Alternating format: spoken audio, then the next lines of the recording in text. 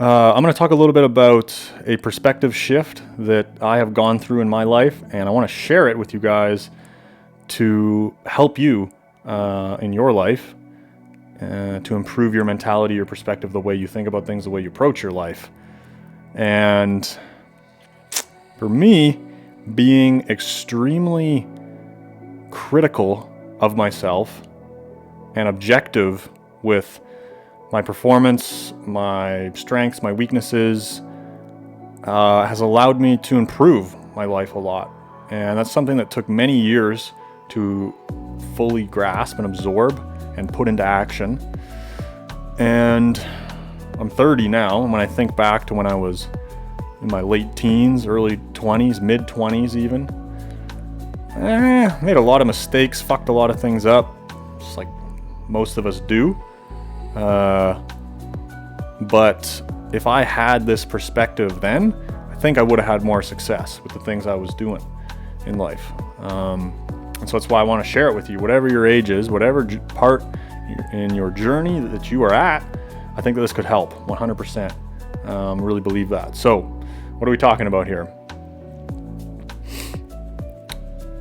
I'm not going to tell you what is a good life or what you should focus on in life or who you should try and become or if you should even try to become. Whatever your view of your life perspective of what's important and how you should live, you should determine that yourself. You shouldn't let me or anyone else tell you how to live or what to value. But regardless of what that value is, along your journey, life is a journey, this perspective will be a useful tool in your toolkit 100%, whatever the destination. Even though we're not going to the same destination, this perspective will help you along the way to get there or to improve your life as you make your way on that journey. So most people, what's typical, and you're probably doing this, I did this in the past, still to a degree, although I've improved on it. When you fuck something up, you don't take ownership for it. You don't take hardcore accountability and a really aggressive, ruthless look at your behavior and what you did and what you fucked up and what you need to improve on to have better results. Most of us are incapable of doing that, but you can become capable of doing it with consistent persistence, practice, initiative, and really the burning desire to improve yourself. If you have those things, you can apply this mentality regardless of where you are in life, what your situation is, how fucked your life may seem, how far away from what you want your end destination to be or how you want your life to be. You can start applying this immediately to improve your life. I 100% believe that. As soon as this video ends, if you absorb the information, the idea of what I'm proposing, it's nothing revolutionary, but if you truly take it on, the hard work is for you to do. I'm doing the easy stuff. I'm flapping my jaw. I'm going to explain how to do this, how I did it, and how it's improved my life, and then you can choose whether or not you want to apply it to your life to better. And it doesn't matter where you're at, no matter how fucked your life may be right now, you can do it and it will start to improve your life. So the first thing that you have to wrap your head around is that you as a person and your behavior are two separate entities. So I still have self-worth. I still am worthy of love. I still have positive attributes. I still have self-esteem. I still have confidence. No matter what. I'm going to hold on to that, and you should too. Regardless.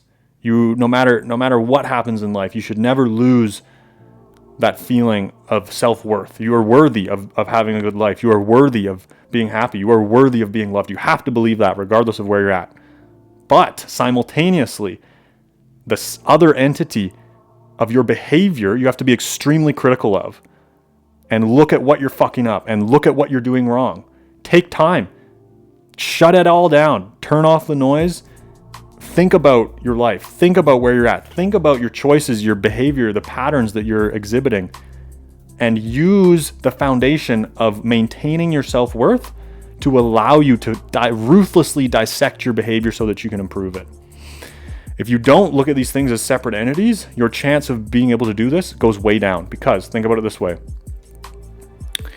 If you really care about something and you really want to do it, you really want it to happen, and you're putting everything into it and you absolutely fail. You fall flat on your face. I've done this.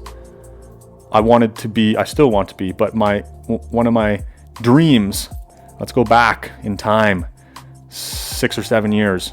I want to be a successful I love working out. I'm passionate. I was working as a personal trainer. I want to launch this same skill set online and make content and be able to help people and make a living online as a fitness influencer. Put everything into it. Absolutely failed. Not going to go into all the details, but absolutely failed. That's a terrible feeling. And what do you do from there? Whatever your circumstances, whatever you're looking at, it's a relationship, whether it's your health, whether it's whatever. You gotta decide what you're going after, what's important to you. Actually put everything into it and fall flat on your face is a direct threat on your self-worth if you decide to critically analyze what happened and what you did wrong. You need to be able to divorce your self-worth from your behavior. So I looked at my behavior and said, okay, well, I didn't really this was just the beginning point, and then I've failed multiple more times as I've slowly improved and progressed my skill set.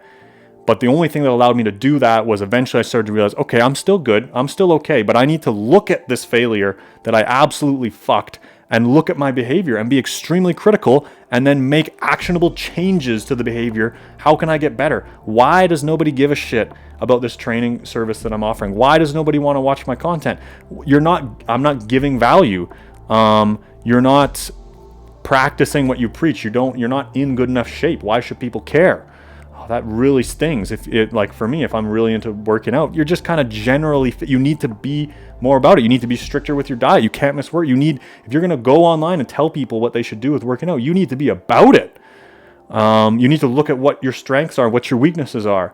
You need to improve your speaking skills. You need to become more entertaining. You need to provide value to people for them to want to watch and give up their time and then potentially purchase something from you. I'm speaking to myself, you have all these deficiencies that you need to improve on because your behavior is not adequate when it gets cast into the market. The market's going to tell you, nope, we're not interested in what you have to offer. We're not paying you. We're not watching what you're doing. That behavior is too weak. It needs to improve.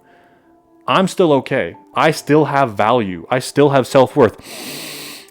Okay, but I need to look at what I'm fucking doing wrong and why I'm failing so that I can improve it. And the reason I'm speaking about myself is to try to give it some more specific context of what it could look like for you. And so these concepts aren't just vague things, entities. I find a lot of times people will give advice on how to, and it's just very vague, and you need to internalize and be more. It's like, what the fuck are you actually saying? Side rant, stay focused. So if you're able to separate into those two different entities and then be super critical and accountable of what you're fucking up and come up with strategies to improve it, you will improve whatever you're doing. Whatever you're doing. It will 100% improve, but it's very difficult, and you have to really badly want your situation to be different. And you have to remember and constantly remind yourself that you are still worthy, and you do still are worthy of love. You deserve to still have confidence, but your behavior is dog shit. And you need to be extremely critical of it and work to improve it. If you don't separate, it's going to be too difficult. It's too much of a threat. The default is for your psyche to want to feel comfortable. We all seek comfort. In the short term, you seek that comfort. In the long term, you end up being miserable and dead inside.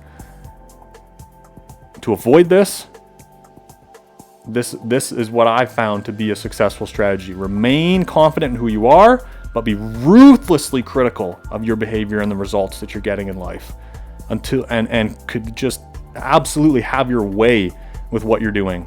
And once you will, it's an exciting proposal.